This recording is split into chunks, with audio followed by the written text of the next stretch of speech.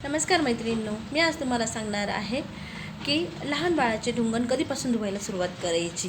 तर बऱ्याच घरांमध्ये आजी आई नाही राहत आणि आपले लहान बाळ हे 2 महिन्याचे होईपर्यंत आपण ते कॉटनच्या कपड्याने पुसून घ्यायला पाहिजे।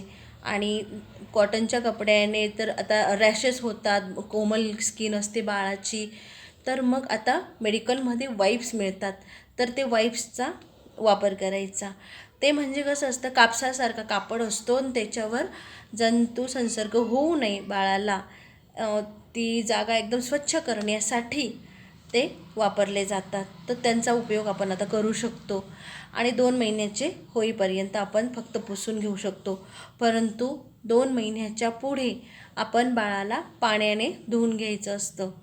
तर पाण्याने धुवायचं म्हणजे लगेच बाळाला पाण्याखाली नाही घेऊन जायचं, तर त्याला आधी सांगायचं आपण की बाळा तुझी तशी धुवायची आहे। जरी तुम्हाला वाटेल की बाळाला काही समजतं का, परंतु बाळाच्या मेंदूला कळतं की आई काय बोलते किंवा कोणी काय सांगतंय, तर ते प्रिपेअर होतं बाळ मनाने।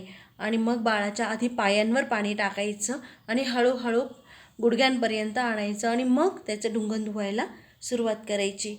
तर अशाने बाळ प्रिपेअर होतं आणि बाळाला लगेच थंड लागत नाही, खूप रडून उठत नाही, त्याला सर्दी होत नाही आणि कोमट पाण्यानेच धुवायचं सुरुवातीला।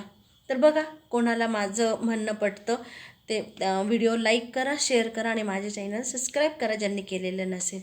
थँक्यू।